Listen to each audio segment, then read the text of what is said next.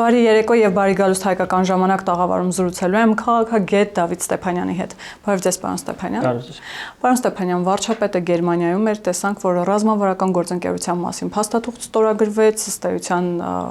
Եվրամիության ամենատարբեր երկրների դերակատարների հետ հարաբերությունների խորացում է տեղի ունենում այս ընթացքում։ Ընդհանուր առմամբ ինչ են տալիս այս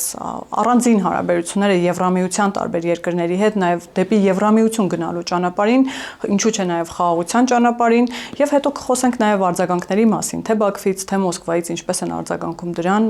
ու հասկանանք, թե որն է պատճառը։ Ընդհանուր առմամբ ինչ են տալիս այս ռազմավարական համագործակցության մասին փաստաթղթերը այս դեպքում Գերմանիայի հետ եւ նաեւ Բրյուսելում ամսի 2-ին տեղի ունեցող այդ իրողություններին կուզենամ անդրադառնալ։ Առաջին հերթին տալիս են Հայաստանի Հանրապետությանը եւ Հայաստանի ղեկավարությանը մանևրելու, խուսանավելու հնարավորություն նույն հարաբերություններում Ռուսաստանի հետ, նույն հարաբերություններում Իրանի հետ, նույն հարաբերությունում արդեն իսկ Ադրբեջանի եւ Թուրքիայի հետ։ Մենք մեր սխալներն ենք ուղղում 30 տարվա վաղեմության սխալները, երբ որ մենք ընդհանրապես որևէ մեկի հետ այդպիսի հարաբերություններ չենք զարգացնում, ինչը բերեց նրան ինչին բերեց 20 թվականի սեպտեմբերի 27-ին այդ գործընթացը հողի վրա սկսվեց այդ ժամանակ 44-օրյա պատերազմի տեսքով, իսկ մինչև այդ գործընթացները անընդհատ տեղի են ունեցել, հիշենք սեպտեմբերի 3-ը 2013 թվականին, երբ որ Սերժ Սարգսյանը այս քաղաքականության բացակայության պատճառով Հայաստանը մեկ օրվա մեջ մտցրեց Մաքսային միության մեջ, այսինքն այդպիսի դրսևորումները շատ են, մենք դեռ շատ բաներ ենք իմանալու, որը մինչև այսօր չգիտենք։ Այդ հնարավորությունը այսօր մենք ունենք, փառք Աստծո, այդ քաղաքականությունը վարվում է, եւ ես հուսով եմ, որ այն շարունակվելու է, եւ դա մեզ հնարավորություն է տալու ել ավելի ամրապնդել սեփական ինքնիշխանությունը եւ ինքնիշխան որոշումները։ Ես նաեւ կարծում եմ, շարունակում եմ պնդել, որ մենք մեզ անհրաժեշտ է շարունակել դեպի Եվրամիություն ճանապարհը, որպեսզի մենք դառնանք հայտ ներկայացնենք եւ դառնանք տեխնացու երկիր։ Այսինքն ես ճիշտ հասկացա, սա տրամաբանական շարունակությունն է այն բանի, որ 2013 թվականին ըստ էության կասեցվեց ԵԱՏՄ տանելով մեզ։ Սա 2013-ին կասեցված գործընթացի շարունակությունն է, սա 1999 թվականի հոկտեմբերի 27-ին կասեցված գործընթացի շարունակությունն է, խոսքը գնում է ԱՄՆ-ի հետ հարաբերությունները, շատ կասեցված գործընթացներ ենք մենք ունեցել, որոնք մեզ տարել են բոլորովին այլ ուղղությամբ, որը մեր ազգային շահերի հետ ոչ մի ընդհանրություն չուներ։ Խաղաղության համատեքստում սա ինչ կարող է տալ, պարոն Ստեփանյան, որովհետև տեսակ Բաքվից առաջին արձագանքը նույն Բրյուսելում կնքված Եվրամիություն Հայաստանի Հանրապետություն այդ ռազմավարական գործընկերության օրակարգի վերաբերյալ այն էր, որ դա հակասում է խաղաղությանը Երևանի եւ Բաքվի միջև, գիտեք, այնտեղ նաեւ հիշատակում կա պատերազմի մասին, պատերազմի հետևանքով Լեռնային Ղարաբաղից բռնի տեղահանվածների մասին եւ դա կարծես թե Բաքվին գրգռել է։ Հիմա սա իսկապես Բաքվին անհանգստացնում է, թե Բաքվին պարզապես անպատե առիթ է պետք, որպեսզի կարողանա որոշակիորեն խուսանավել, այսպես ասած, խաղաղության գործընթացից։ Բավականին երկար ժամանակ հայ-ադրբեջանական բանակցությունները անմիջնորդ են, միջնորդ չկա, բայց ես այն ժամանակ էլ եմ պնդել, հիմա էլ եմ պնդում, որ իրականում միջնորդ կա, ինքը չի երևում այնքան շատ, դա Ամերիկայի Միացյալ Նահանգներն են եւ թրիպը դրա վառ ապացույցն է։ Հիմա մեզ պետք է եւս մեկ պայմանական միջնորդ, գործընկեր, որը մեր շահերը այդ թվում նաև ինչ որ առումով կպաշտպանի, եթե այդ շահերը համադրելի կլինեն իր շահերի հետ։ Նույն ինչ որ մենք ունենք Ամերիկայի Միացյալ Նահանգների հետ, որի հետ մեր շահերը տվյալ դեպքում համադրելի են, հիմա պետք է կառուցենք Եվրամիության հետ, Գերմանիայի հետ, Ֆրանսիայի հետ, բոլոր երկրների հետ, 27 երկրների հետ։ Եվ քանի որ մենք Ադրբեջանի հետ հիմա մենակ ենք դեմ դիմացենք, իսկ Ադրբեջանի ետևում կա Թուրքիա, իսկ մեր ետևում ոչ մեկ չկա։ Մենք պետք է գոնե մեր այսպիսի գործընկերային, եթե ոչ դաշնակցային, ապա գործընկերային հարաբերություններով կառուցենք այդ հենարանը, որի վրա հիմնվելով կարող ենք Ադրբեջանի հետ շարունակել բանակցությունները, որպեսզի չլինի միակողմանի զիջումներով այդ խաղաղությունը, որտեղ ես նորից եմ ասում, կան համադրելի շահեր, նույնական շահեր։ Ես այս տեսանկյունությամբ դիտարկում եւ իհարկե ադրբեջանցիներին դա շատ է անհանգստացնում եւ Ամերիկայի ներգրավվածությունը այստեղ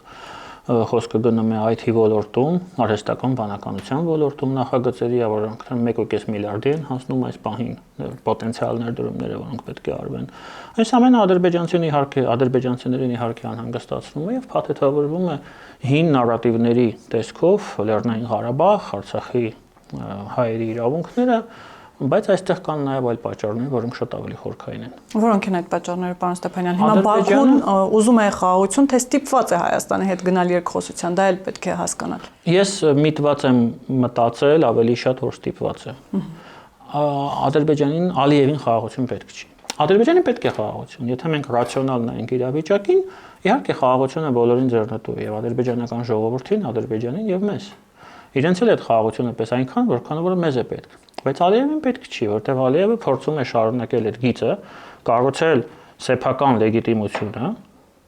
եւ այն թալանը, որը նա ունի Ադրբեջանի ներսում, Լեռնային Ղարաբաղի խնդիրի վրա։ Խնդիրը փակվել է Լեռնային Ղարաբաղի եւ դա արել է Ալիևը ռազմական ճանապարհով, էթնիկ զտման ճանապարհով, բայց Հայաստանի հետ կոնֆլիկտը ինքը ցանկանում է պահպանել։ Եվ այդ բոլոր հայտարարությունները, որոնք նա անում է Ադրբեջանի գիտությունների ազգային ակադեմիայում, իսկ այդպեսի կառույցել Ադրբեջանում կա, խոսում են այդ մասին։ Հետևապես այս ճանապարհը, որով գնում է Հայաստանի ղեկավարությունը, դա Ալիևին քաշ տալով դեպի խաղաղություն տանելն է։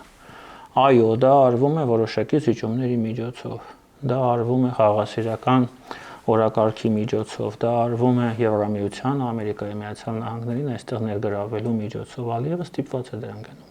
Եվ Ալիևը հնարավորին չափով բոլոր հնարավորությունները օգտվելով փորձում է այդ գործընթացը դանդաղեցնել։ Եթե ոչ կանգնեցնել, ինչի հնարավորություն չկա, դանդաղեցնել։ Մենք տեսնում ենք նաև այդ ռետորաբանությունը, որ կարծես թե չի դադարում նույն իրենց պատվիրակությունն էլ, իրենց դեսպանը այնտեղ նմանատիպ հայտարարություն արեց էլի սահմանադրության հետ կապված։ Այսինքն չեն հրաժարվում նաև այդ խոսույթից, որ Հայաստանի ներքին գործերին պիտի ըստ էության չխառնվեն։ Երբեք այդ խոսույթից չեն հրաժարվելու։ Երբեք չեն հրաժարվելու, որովհետև իրենք խաղում են տարբեր խաղատախտակների վրա են խաղում։ Իրենք փորձում են տարբեր սցենարներ մշակել։ Ոչ մեկ չգիտի ինչ է լինելու տարածաշրջանում 2 տարի հետո։ Եվ նրանք փորձում են նաև ունենալ պլան B։ Եթե չստացվի պլան A, թրիպը եւ այդ խաղաղությունը, որը կա, իրենք գնալու են B-ի ճանապարհը, բայց B-ի ճանապարհը դա վերադարձն է այն ժամանակ, երբ որ մենք ունենք իրենց հետ ամենօրյա հրադադարի խախտումներ, կրակոցներ եւ մարդասպանություններ սահմանի վրա։ Այսինքն իրենք եւ պատերազմ եւ խաղաղություն երկու սցենարին էլ հավասարապես պատրաստվում են։ Իհարկե, եւ մենք էլ պետք է պատրաստենք։ Եվ սահմանադրության հարցը ի վերջո իրենց համար այդքան խնդրահարույց է, թե էլի պատրվակ է պարզապես, պարոն Ստեփանյան։ Սա իրենց համար հնարավորություն է խնդիր ստեղծել Հայաստանի ղեկավարության համար։ Լավ, երբ որ Ալիևը եւ կամ Բաքվից արձագանքել են Բրյուսելում այդ կնքված փաստաթղթերին, ասել են, որ Լեռնային Ղարաբաղից բռնի տեղահանվածների այդ եզրույթը առհասարակ օգտագործելը խաթարում է խաղաղության գործընթացին, նրանց վերադարձի մասին խոսելը կրկին խաթարում է խաղաղության գործընթացին։ Վարչապետը Համբուրգում պատասխանելով լրագրողների հարցերին էլի առաջարկով է հանդես եկել, որ եկեք զուգահեռաբար փակենք երկու թեզերն էլ։ Մենք չխոսենք Լեռնային Ղարաբաղից բռնի տեղահանվածների վերադարձի մասին, դուք այսպես ասած արևմտյան ադրբեջանցիների վերադարձի մասին։ Հիմա մենք կարող ենք հասկանալ, որ երկու կողմերն էլ փորձում են այս լծակները օգտագործել, Ադրբեջանը պարզ է, որ արևմտյան Ադրբեջանը այդ կեղծ թեզով ուզում է հասնել նրան, որ Լեռնային Ղարաբաղից բռնի տեղահանվածների այս թեման փակվի Հայաստանում։ Ոչ։ Ես դες ասեմ շատ պարադոքսալ բան։ Ադրբեջանը ուզում է, որ մենք խոսենք Լեռնային Ղարաբաղի հայերի վերադարձի մասին։ Ինչու է դա պետք։ Ինքը ուզում է, որ մենք դա անենք ամենաբարձր մակարդակով, որովհետև այդ դեպքում ինքը կկարողանա շատ հանգիստ փաթեթավորել ադրբեջանցիների վերադարձը Հայաստան։ Իսկ դա խոսում է հետևյալի մասին. Լեռնային Ղարաբաղի կոնֆլիկտը, որը իրենք փակել են բռնի ուժով, տեղափոխել Հայաստանի Հանրապետության տարածք։ Սա էլ է Ալիևի պլաններից մեկը։ Այսինքն, երբ որ իրենք բարձրացնում են այդ ադրբեջանցիների ճակերտավոր վերադարձի հարցը Հայաստան, իրենց նպատակը այն է, որ մենք տեղի տանք եւ Հայաստանից սկսեն հնչել այդ հայտարարությունները, դե որ այդ տենց է, ուրեմն մենք էլ պետք է Լեռնային Ղարաբաղցիները, պետք է արցախցիները պետք է վերադառնան, բաքվեցիները պետք է վերադառնան, Գանջայի, Կիրովաբադի ժողովուրդը պետք է վերադառնան։ Այսինքն մենք բերենք ընկնենք այդ նույն հարթության մեջ եւ այդ միֆական ադրբեջանցիները, որոնք 1905-ին, 18-ին, չգիտեմ 40 քանիսին այստեղից ինչ որ գնացել են, բերենք եւ համահարթեցման ճանապարհով դնենք Լեռնային Ղարաբաղից 120,000 էթնիկ զտման քաղաքականության Ալիևյան զոհ դարձած մեր հայրենակիցների հարցը։ Իրենք սա են ուզում։ Իրենք ուզում են, որ մենք գնանք այս օրակարգով սկսենք քննարկել նաև այս кейսը եւ հետագայում իրենք հնարավորություն ստանան, որ իրոք Հայաստանի տարածքում, օրինակ Սյունիքում կոմպակտ բնակ ինչ որ թիվ ադրբեջանցիներ, կարևոր չէ քանիսն են լինելու, 100-ը, 200-ը, այդ 1000-100,000-ն է, սա սուտ է, որ այդ դրա միջոցով ռումբ դնեն մեր տակը։ Վաղը ինչ որ դաշնակներ կհայտնվեն իրենց ասածով, որոնք այդ մարդկանց կնեղեն, մյուս օրը պետք է գալու այդտեղ խաղաղապահներ բերել, օրինակ Թուրքիայից։ Մյուս օրը կարող է սկսվել սեպարատ գործողություններ, սեպարատիզմ, մարդու իրավունքներ, հա, հասկանում եք, սա ռեալ սցենար է։ Այսինքն ավելի հեռուն գնացող սցենարներ ունեն։ Թուրքերը միշտ հեռու են նայում։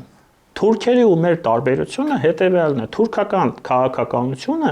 իսկ Ալիևը դա թուրքական քաղաքականության մաս է արդեն դարձել։ Այդ 20 քանի տարում ինչ որ ինքը նախագահ է, ինքը արդեն հասկացել է ինչ է կատարվում։ Ինքը հեռու է նայում, ինքը տարբեր սցենարներ է մշակում։ Եվ հիմա եթե մենք այդ որ մեզ ասում են այդ մեր այդ 5-րդ շարասյունը, ինչի՞ չէ Ղարաբաղցիների հարցը բարձրացնում։ Դա թակարդ է դա։ Եվ դա վնաս է տալու մեզ։ Ես չեմ ասում չպետք է բարձրացնենք, ես չեմ ասում պետք է ուրանանք։ Հասարակական կազմակերպությունների մակարդակով Լեռնային Ղարաբաղի մեր հայրենակիցները կարող են դա անել անդադ, պետք է դատական հայցեր ներկայացնել։ Բայց այս պահին իրավիճակը այսպեսին է, որ մենք եթե պետական մակարդակով այդ հարցը բարձրացնենք, դա թակարդ է լինելու, որից մենք դժվելու ենք մենք։ Սա է իրականությունը։ Պարոն Ստեփանյան, մենք կարող ենք ենթադրել, որ Ադրբեջանի համար որոշակիորեն անկանխատեսելի ենք դարձել մենք հայկական կողմը, որովհետև դուք ասացիք, իրենք անում են դա այն նպատակով, որ մենք էլ ուզեն պահանջենք, որ Լեռնային Ղարաբաղից բռնի տեղահանվածները պիտի վերադառնան։ Հիմա վարչապետը լրիվ հակառակի մասին է խոսում, որ եկեք երկու կողմից փակենք այդ խոսույթը։ Այստեղ կարող ենք ասել, որ մենք ենք որոշակիորեն իրենց համար անկանխատեսելի, որովհետև շատ քիչ մեր անկանխատեսելիությունը բացատրվում է մեկ գործոնով։ Որոշումները ընդունվում են ոչ թե Մոսկվայում, այլ Երևանում։ Առաջ մենք ավելի շատ կանխատեսել ենք, որը մենք որոշում չէինք կայացնում։ Իրենք մտածում էին ինչ է որոշելու Մոսկվան, եւ ըստ դրա ըստ այդմ հասկանում էին, թե ինչ է որոշելու Երևանը։ Հիմա այդ գործոնը չկա։ Բայց ցավոք մենք շարունակում ենք մնալ կանխատեսելի, սա մեզ համար խնդիր է եւ ես կարծում եմ մենք պետք է դառնանք ել ավելի անկանխատեսելի Ադրբեջանի համար, որպեսզի Ալիևը 7 անգամ մտածի կտրելուց առաջ, որովհետեւ ինքը միշտ դիտարկի տարբեր սցենարներ մեր պահվածքի հետ կապված։ Ես ժամանակին ասել եմ, որ Ալիևը մեր ատամները հաշվել է, հիմա մի փոքր կա փոփոխություն, բայց շատ քիչ է, շատ չնչին է այդ փոփոխությունը, այդ անկանխատեսելիությունը, ինչպես դուք ասում եք, պետք է մեծանա։ Այսինքն մեր ատամները հաշվել է այն իմաստով, որ մեր վախերը շատ լավ գիտի թե մենք ինչպես ենք ռեակցիաներ տալու։ Առաջին հերթին մեր վախերը իհարկե, առաջին հերթին մեր վախերը, դա շատ լուրջ խնդիր է մեզ համար, վախերը պետք չի երբեք ցույց տալ, եւ նաեւ այլ գործոններ կան։ Ցենց բան կա, չէ, ինչ են ասում մեր այդ ընդդիմադիրները, ռուսական շարասյունը 5-րդ։ Իրենք միշտ ասում են, չէ, Հայաստանը պետք է լինի կանխատեսելի, սա հիմարություն է։ Չկա քաղաքականությունում տենց բան։ Մենք պետք է լինենք կանխատեսելի մեր գործընկերների համար։ Բոլորը պետք է հասկանան, թե մենք ինչ ենք անում։ Ոչ։ Երբ որ դու կանխատեսելի ես, դու խաղաքարտերը տալիս ես, նույն բանը ինչ որ նստես խաղ խաղաս, կարտ խաղաս ու խաղը բացես թղթերը ցույց տաս։ Իսկ մենք ոչ միայն կանխատեսելի ենք եղել, մեր խաղաթղթերը տվել ենք ռուսներին։ Ռուսներն էին խաղում մեր խաղաթղթերով։ Հիմա դա չկա իհարկե, սա շատ ողջունելի է, բայց ես կարծում եմ, որ կանխատեսելիության մասով պետք է լուրջ տրանսֆորմացիաների ենթարկվի մեր քաղաքականությունը։ Պարոն Ստեփանյան, տեսեք, հիմնականում երբ որ վարչապետը արևմուտք այցելություններ է ունենում, դրանից ազդակներ են գալիս միանգամից Մոսկվայից, Բաքվից եւ նաեւ ինչու՞ չէ ներքին 5-րդ շարասյունը, ինչպես դուք ասացիք, խորհրդարանական ընդդիմությանը դա մասնավորապես դուր չի գալիս։ Փորձում են իրենք էլ հակադրել օրինակ Միացյալ Նահանգների հետ հարաբերությունները, Եվրամիության հետ հարաբերություններով եւ այսպես շարունակ փորձում են ցույց տալ, որ մեկն ավելի լավն է, մեկն ավելի վատը, փորձում են իրենց մեջ էլ ինչ որ արհեստական մրցակցություն դնել ու այսպես շարունակ։ Հիմա ինչպես հասկանալ այս գործընթացը, որ հենց հատկապես արևմուտքի հետ շփումներն են Բաքվին ու Մոսկվային որոշակիորեն ջղաձգություն այսպես պարգևում։ Դե ես ասացի, որովհետև մենք դառնում ենք անկանխատեսելի։ Եթե առաջ Բաքվում ամեն ինչ շատ լավ հասկանում էին, թե մենք ինչ ենք անելու, իրենք ինչ-որ խոդ էին անում, քայլ էին անում, հասկանում ենք ինչ ենք անելու ի պատասխան։ Հիմա այդ բանը չկա։ Ինչ որ առումով չկա, չեմ ասում 100%-ով։ Սա իրենց անհանգստացնում է, սա անհանգստացնում է հասկանալի պատճառներով Մոսկվային, ինչի է սա անհանգստացնում մեր հայրենական ընդդիմությանը, այստեղ ես ունեմ որոշակի հարցեր, ինչու պետք է սա նրանց անհանգստացնի, բայց այնուամենայնիվ ցավոք նաև իրենց է անհանգստացնում։ Ունենք ինչ ունենք, սա է իրավիճակը։ Եվ կարող ենք նաև ենթադրություն անել, որ Հայաստանը տարածաշրջանում արևմուտքի եւ հատկապես Ամերիկայի Միացյալ Նահանգների համար դառնում է հենման կետ, որովհետեւ վերջին շրջանում գիտեք շատ է խոսվում Հայաստանի ժողովրդավար ուղու մասին, դրա մասին խոսք գնաց նաև Գերմանիայում եւ խոսեց, որ 2026 թվականի ընտրությունները նաև այդ առումով շատ կարեւոր են եւ հիբրիդային պատերազմի դեմ արևմուտքը հավաքական Եվրամիությունը, Գերմանիան պատրաստ են իրենց օգնությունը ցուցաբերել։ Հիմա մենք կարող ենք ասել, որ Հայաստանը իսկապես իրենց համար հենման կետ է, այլապես այս օգնությունը, աջակցությունը ինչու պետք է այդքան մեծ լիներ։ Ես ժամանակին շատ եմ խոսել այս թեմայի շուրջ, տարիներ առաջ, օգտագործելով շատ ավելի կոպիտ մի տերմին, ես ասել եմ, որ Արևմուտքը, Ամերիկայի Միացյալ Նահանգները եւ Եվրամիությունը մեր տարածաշրջանում Հայաստանի տեսքով պետք է ոտքի տեղ ունենան։ Այո։ Եվ ի ուրախության ինձ այդ ոտքի տեղը նրանք այս պահին ունեն։ Նրանք այդ ոտքի տեղից զրկվել են Վրաստանում, մենք դա տեսնում ենք, հասկանալի ինչ պատճառներով։ Նրանք այդ ոտքի տեղը չունեն Ադրբեջանում, հաշվի առնելով, որ Ադրբեջանը ավտորիտար պետություն է, որտեղ որևէ մեկի ոտքի տեղը նրանք չեն կարող հանդուրժել, Իլհամ Ալիևը չի կարող հանդուրժել, դա խնդիր է իր համար, մնում է Հայաստանը։ Հայաստանը ունենալով լուրջ խնդիրներ առնվազն երկու հարևանների հետ, դա Ադրբեջանն եւ Թուրքիան, կարիք ունի այդ ներկայության մեջ եւ մենք տեսանք, որ նույն եվրոպական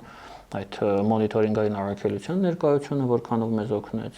Մենք տեսնում ենք, որքանով է իրավիճակը ստաբիլիզացրել Թրիփը, որը դեռ չի իրականանում, բայց արդեն կա թղթի տեսքով։ Ես հուսով եմ, որ հնարավորինս շուտ, ինչպես վարչապետն է ասում, 26 թվականին գործնական հարթությունում այդ նախագիծը կսկսի աշխատել, ինչը շատ ավելի ստաբիլ կդարձնի իրավիճակը տարածաշրջանում։ Այո, դա նրանց համար հնարավորություն է եւ ի ուրախության մեզ նրանք այդ հնարավորությունը օգտագործում են եւ դա երկուստեք շահերից է բխում։ Դա այնքանով է ձեռնտու մեզ, որքանով է ձեռնտու Ամերիկայի Միացյալ Նահանգներին եւ Եվրամիությանը այս պահին։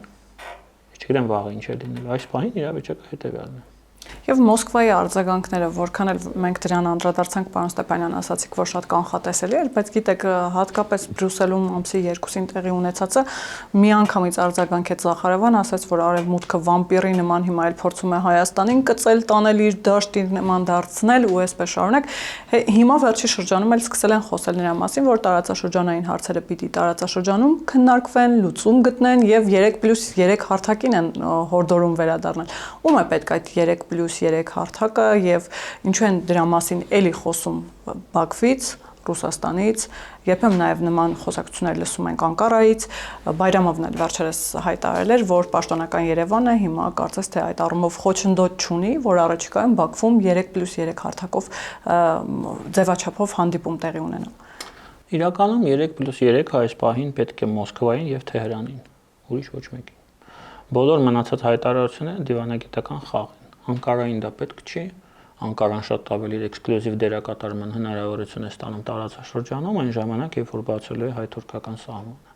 որը բլոկավորված է իր կողմից, իրենց պետք չի 2+3-ը։ Վրաստանին ընդհանրապես պետք չի դա եւ պետք չի եղել։ Ադրբեջանին պետք չի այս պահին այնքանով, որքանով Թրիփն է սկսում գործել, եթե նրանք ստանում են իրենց օզած ճանապարհը Հայաստանի տարածքով, այն պայմաններով, որով դա նշված է օգոստոսի 8-ի փաստաթղթում, նրանք այդ խնդիրը չունեն, իրենց հետ պետք չի ստեղ Իրանի ներկայություն, Ռուսաստանի ներկայություն, կամ չգիտեմ ու ներկայություն։ Սա դիվանագիտական խաղ է, երբ որ Բայրամով այդ մասին խոսում է եւ մենք էլ այստեղից ասում ենք, բայց չէ, պետք է սկզբից տեղ լինի, սա դիվանագիտություն է։ Այսինքն ինքը մերիալ մի ձևաչափ է, որը մերիալ է եղել առաջին օրվանից սկսած, նույնիսկ այն ժամանակ։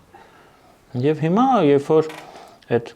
տարածաշրջանային գործոնը ԱՄՆ-ի տեսքով եկել է տարածաշրջան, դա նշանակում է, որ 3+3-ը չկա, գոյություն չունի։ Այսինքն նրանց գլխավոր նպատակը, որը դրվել է նախագծի տակ տարածաշրջանային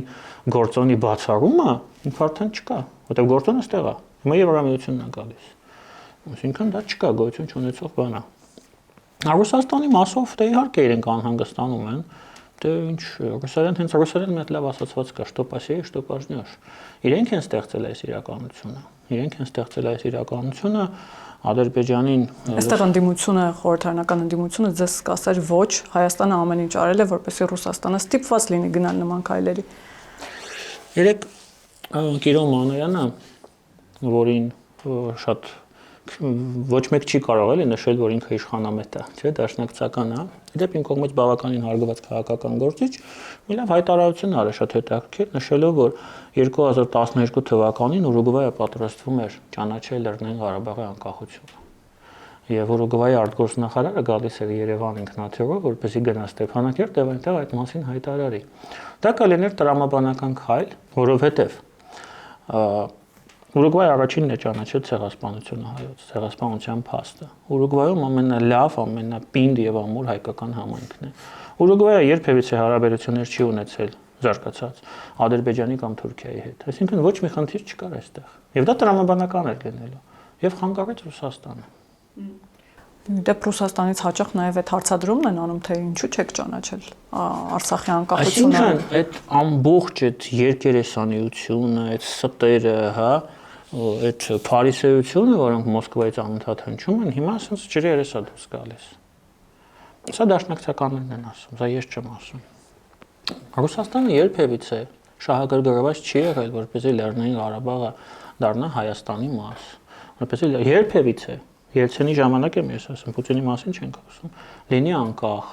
Լեռնային Ղարաբաղի հակամարտությունը կարգավորվի, այստեղ լինի խաղաղություն։ Իրենց միշտ պետք է եղել, որ լինի խնդիր։ Հիմա Ուկրաինայից հետո, երբ որ իրենք թուլացան, զոհաբերեցին Լեռնային Ղարաբաղը, Արցախը, նրանք պատրաստվում են զոհաբերել Հայաստանը։ Հիմա դա չի ստացվել։ Հիմա ինչ անեն։ Հիմա փորձում են ինչ-որ կերպ ստեղծել ինչ-որ նոր կոնֆլիկտ Հայաստանի ու Ադրբեջանի միջև, թույլ չտալ, որ այստեղ լինի խաղաղություն, թույլ չտալ, որ այստեղ լինի Ամերիկա, լինի Եվրամիություն եւ շարունակեն իշխեն այս տարածաշրջանում։ Այս պահին նրանք այդ հնարավորությունը չունեն։ Միակ իրենց հնարավորությունը այս պահին այդ դեստրուկտիվ օրակարգը առաջ տանել, երբ որ Լեռնային Ղարաբաղը արդեն չկա, որպես գործիք, Լեռնային Ղարաբաղը եւ մեր հայրենակիցները միշտ օգտագործվել են Ռուսաստանի կողմից այդ նպատակով, ոչ թե խաղաղության, այլ պատերազմի։ Վերջերս էլ շատ է հնչում այդ տեսակետը, որ հարցը դեռ փակված չէ։ Իհարկե, իրենց ձեռնտու է դա։ Էմիսարներ են ուղարկում Երևան, որոնք ասում են հարցը փակված չի։ Բան Ռուբեն Վարդանյան ունենք, որը գերեվարված է։ Իրենց Ռուբեն Վարդանյանն է, որ իրենք են ուղարկել։ Տեր չեն կանգնում։ Բա արցախցիների իրավունքն է, նոր է հիշել այդ ամենի մասին։ Հիմա իրենք ունեն մեկ հնարավորություն, մեկ 26 թվականի ընտրություններին կիրառելով մոլդովական սցենարը, ինչ որ, չգիտեմ, ինչ որ հրաշքով իշխանափոխություն անեն Հայաստանում, իրենց սպասարկողներին նորից վերադարձնել վարչապետի աթոռը եւ Հայաստանը տանել դեստրուկտիվ սցենարով մի ճանապարհով, որը Հայաստանի Հանրապետության ազգային շահերի, ինքնիշխանության եւ ժողովրդի շահերի հետ ոչ մի ընդհանրություն չունի։ Որպեսզի այդ ամենը ինչ որ ստեղծվել է, դուք սկսեցիք նշեցիք, չէ՞, Գերմանիայի հետ հարաբերություններ, Ամերիկայի հետ հարաբերություններ, Ֆրանսիայի հետ հարաբերություններ եւ այլն, այդ ամենը ջրվի, Ռուսաստանը նորից գաստե, մենք դորից դառնանք Ռուսաստանի ճորտ եւ սպասարկենք ոչ թե սեփական շահերը, այլ ռուսական շահերը, մեր շահերը զոհաբերելով, մեր կյանքը զոհաբերելով, մեր արյունը թափելով եւ վերջ, հեսա։ Ամեն դեպքում ում վրա է խաղադրույքանում Ռուսաստանը, որ այդ հաշվարկներն ունի, որ 2026 թվականին կարող է հաջողել, որովհետև Ռոբերտ Քոչարյանն է նման հայտարարությամբ հանդես եկել, որ ամեն ինչ եթե ճիշտ գնա ինքը 2026 թվականին վերընտրվելու է հաղթելով ԿՊ-ին, հայտարարություններ են անում Նարեկ Կարապետյանը, Արման Թաթոյանը, այսինքն տարբեր են դերակատարները ու բոլորը խոսում են ինչ-որ ուժեղ բանակցողի մասին, որ երբ որ այդ ուժեղ բանակցողը գա, Ադրբեջանը իրենց հետ հաշվի կնստի, Ալիևը այլ տարբերակ չի ունենա, քան երկխոսել եւ գերիներին հետ ուղարկել։ Ինչ ուժի մասին է խոսքը, ինչ ուժեղ բանակցող ասելով ինչ պատկերացումներ ունեն այս մարդիկ եւ ում վրա է ամեն դեպքում խաղադրույքանում Ռուսաստանը։ Բոլորի վրա։ Գյումրին ընտրությունները հիշեք։ Բոլորի վրա այդ մանր մուները բոլորը հավաքվելու են, փորձելու են ինչ որ ձայներ փոկել, հայտնվել խորհրդարանում եւ միանալով ստեղծեն կոալիցիոն կառավարություն գերակշռելով քաղաքացիական պայմանագրի ձայները։ Սա է սցենարը մոտավորապես։ Այսինքն խաղադրույքը դրում է բոլորի վրա։ Եվ պարոն Ստեփանյան, մինչ վարչապետը Եվրամիությունում է, տարբեր երկրներում, Գերմանիայում այնտեղ հանդիպումներ է ունենում, այստեղ տեսանք, որ Կոպիրկինը հանդիպել է առաջին նախագահ Տեր-Պետրոսյանի հետ, այդ մամուլի հաղորդագրությունը կարճ նրա մասին էր, որ քննարկվել են հայ-ռուսական հարաբերությունների ներկա վիճակը եւ թե ինչ հունով պիտի դա զարգանա։ Առնվազն տարօրինակ չէ, որ Կոպիրկինը պարբերաբար հանդիպում է արդեն 4-րդ դարից ավելի պաշտոնաթող եղած նախագահի հետ, նախկին նախագահի հետ եւ նրա հետ է փորձում քննարկել, հասկանալ թե հայ-ռուսական հարաբերությունները որտեղ են, ուր պիտի գնան, ինչ է կարծում, այս հանդիպումները ինչի մասին են խոսում, ինչ են քննարկում, էլի իսկապես մարդը, որ չի պաշտոնավարում 4-րդ դարից ավելի, ինչ կարող է քննարկել եւ ինչ կարող է իմանալ, թե որտեղ են հայ-ռուսական հարաբերությունները, որ հունով պիտի զարգանան։ Իրականում սա կարող է հերթական պարադոքսը երևալ, բայց ես շատ դրական եմ գնահատում այդ հանդիպումները։ Ինչու, որովհետև նրանք անցյալի մասին են։ Եթե Ռուսաստանը փորձում է իր քաղաքականությունը կառուցել Հայաստանում, շփվելով Լևոն Տեր-Պետրոսյանի հետ եւ կառուցել այդ քաղաքականությունը Լևոն Տեր-Պետրոսյանի պատկերացումների վրա հիմնվելով, դա շատ լավ է մեզ համար։ Սա խոսում է այն մասին, որ իրենք դեռ անցյալում են, իրենք չեն գիտակցում ինչ փոփոխություններ է կատարվում տարածաշրջանում եւ իրենք ապրիորի չեն կարող արևմուտքի հետ մրցակցությունը հաղթել։ Այս երկրում, մեր տարածաշրջանում։ Սա շատ լավ է։ Ես օրինակ շատ ավելի մտահոգ կլինեի, եթե նրանք հանդիպեին երիտասարդ քաղաքական գործիչների հետ, որոնք կարող են ինչ-որ ապագա ունենան Հայաստանում։ Իշխանություն դառնալ, ընդդիմություն, թող հանդիպեն Լևոն Տեր-Պետրոսյանին, ինչքան շատ հանդիպեն, այնքան լավ։ Եվ վերջում անդրադառնանք նաև եկեղեցու, ավելի ճիշտ կաթողիկոսի շուրջ տեղի ունեցող այս զարգացումներին, պարոն Ստեփանյան, մենք տեսնում ենք, որ որքան էլ օղակը սեղմվում է կաթողիկոսի շուրջ, ներսում եպիսկոպոսների հայտնի պահանջը, հանրությունն էլ կարծես թե ամեն կերպ ցույց է տալիս, որ որևէ կերպ չի աջակցում, չի սատարում կաթողիկոսին եւ դրա ցուցիչ էր Մարսելում, երբ որ վերադարձավ օդանավակայանում, առաջին հարցն այն էր, թե ուր է ժողովուրդը։ Ինչի է սպասում կաթողիկոսը, ինչու չի հեռանում, խոսակցություններ կան, որ ժամանակ է շահում մինչև 2026 թվականի խորհրդարանական ընտրություններ, դուք որ տեսակետին եք հիմա հակված, ինչ է կատարվում ըստ էության Եվի։ Չի հեռանում, որովհետև սեղանի վրա շատ մեծ խաղադրույք է դրված, խաղադրույք, որը չի սահմանափակվում անձամբ կաթողիկոսի դերակատարմամբ։ Կաթողիկոսը այս երկրում ներկայացնում է Ռուսաստանի շահերը։ Նա իրենց շահերի, հա, այսպես ասեմ, հաղորդողն է, աշխատում է որպես այդ որակները ունի։ Եվ կան նաև այլ խնդիրներ, ես հիմա չեմ ուզում շատ խոսեմ այդ մասին, որովհետև ապացույցներ չունեմ, բայց երբ որ կաթողիկոսը հեռանա, շատ բան կարող է բացահայտվել, շատ նոր բաներ ենք իմանալու, որոնց մասին չգիտենք այս պահին, եւ դրա համար Գարեգին երկրորդը հնարավորինս երկար է փորձելու մնա իշխանության։ Այսինքն ես ճիշտ եմ հասկանում, որ ամեն դեպքում կաթողիկոսի գնալու գինը ավելի ծանր է, ավելի մեծ գին պիտի վիճարի գնալով։ Դրա համար է հիմա, ինչպես դուք ասացիք, ժամանակ շահում։ Դե գիտեք, իշխանությունից sense մի հատ բան կա, ճշմարտություն կա, որևէ մեկը իշխանությունից երբեք կամավոր չի հրաժարվում։ Իսկ սա իշխանություն է, սա միապետություն է, մեր եկեղեցին միապետություն է, որտեղ կաթողիկոսը միապետ է։ Որոշումները ընդունվում են միայն նրա կողմից, ինքը չի ուզում իշխանությունից հրաժարվի։ Դա գլխավոր պատճառն է։ Եվ երկրորդը, այո, գինը կարող է շատ բարձր լինել։ Շատ բան գիտեք, շատ բան չգիտենք։ Չգիտենք ինչ հետևանքներ կարող է դա ունենալ, ինչ գործարքների արդյունքում է նա դարձել այդ միապետը։ Այսինքն այդտեղ շատ են էլի այդ քարերը ջրի տակ շատ են, որոնք դուրս են գալուց եւ նոր խնդիրներ են առաջացնելու։ Դրա համար հնարավորինս որքան այդ ռեսուրսը նրան թույլ է տալուց, նա կարճած է մնալու իշխանությունից։ Իդեպ Մայրաթորի էջով վերջերս նաև այսպես հաթաթա տվեցին այն եպիսկոպոսներին, որոնք ընդվզել են եւ հայտնի հայտարարությամբ են հանդես եկել, հորդորում էին նրանց վերադառնալ կանոնական դաշտ, քանի դեռ կոշտ միջոցներ չեն ձեռնարկել։ Այսինքն սա կարող ենք դիտարկել որպես սպառնալիք։ Մայրաթորը ուղիղ սպառնում է, որ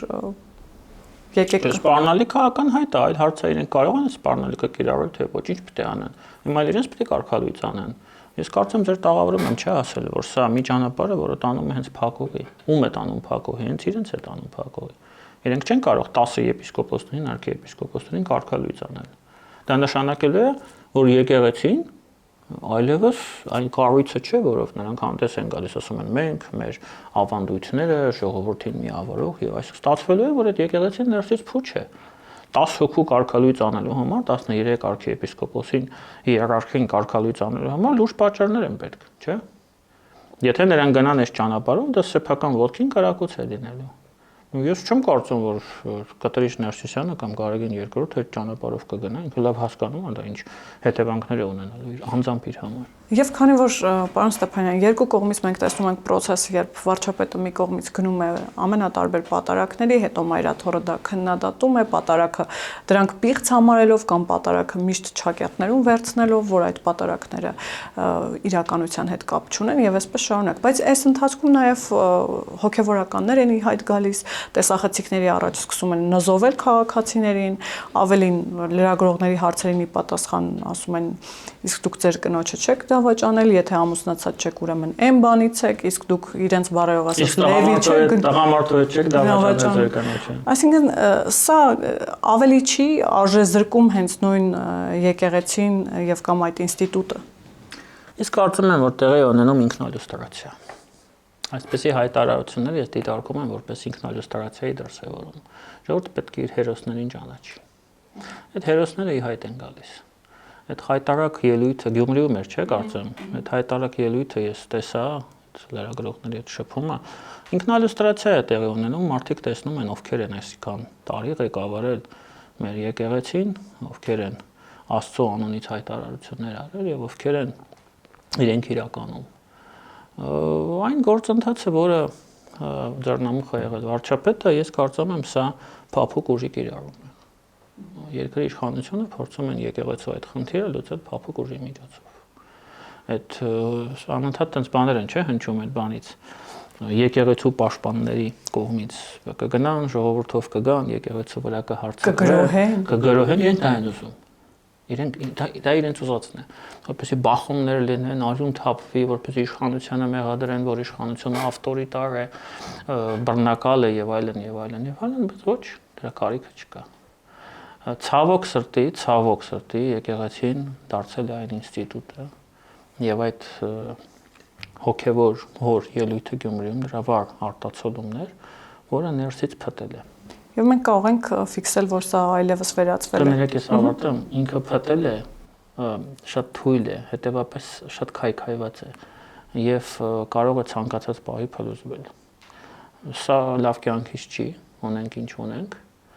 Եվ ես կարծում եմ, որ փափուկ ուժի վրա խաղադրույքը, որը վարչապետ Փաշինյանը արել է, այս առումով շատ ճիշտ է։ Այսինքն հիմա նյարդերի պայքար է գնում։ Այդ թվում, այո։ Եվ ոչ մի կարիք չկա, ոչ մի բռնության, ես դրան կատեգորիկ դեմ եմ։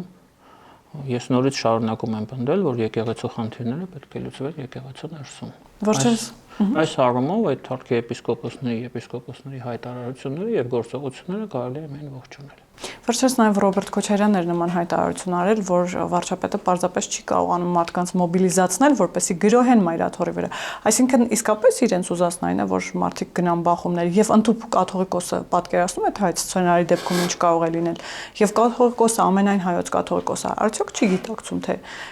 ինչի է տանում իր հոտին։ Մարդ, որը եկել է իշխանության, մնացել է իշխանության արյան միջոցով, անընդհատ փորձում է եւ խնդիր ունի, նա ուզում է, որ արյուն թափվի, որպեսզի այն խարանը, որը կա իր վրա, լինի նաեւ այս գործող իշխանության վրա։ Քաղաքացիների արյունն է թափվում, ինչ որ բախումների միջոցով, բախումների մարտի մեկը հիշենք, հա։ Ինքը շատ է ուզում, որ այս իշխանության վրա այդ խարանը եւս լինի։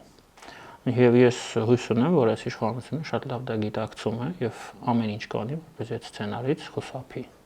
Սա է խնդիրը։ Իսկ կաթողիկոսը ամեն դեպքում այնքան խոհեմ կգտնվի, որ ինչ որ պահի կոպիտ ասած, ինչպես հաճախ լսում ենք անցնցում այդ պահը վաղուց հասունացել է։ Եթե Գարեգին Բ կամ Կտրիչ Ներսիսյանը ինձ համար տարբերություն չկա, լիներ խոհեմ, եթե ինքը իրոք մտածեր Հայաստանի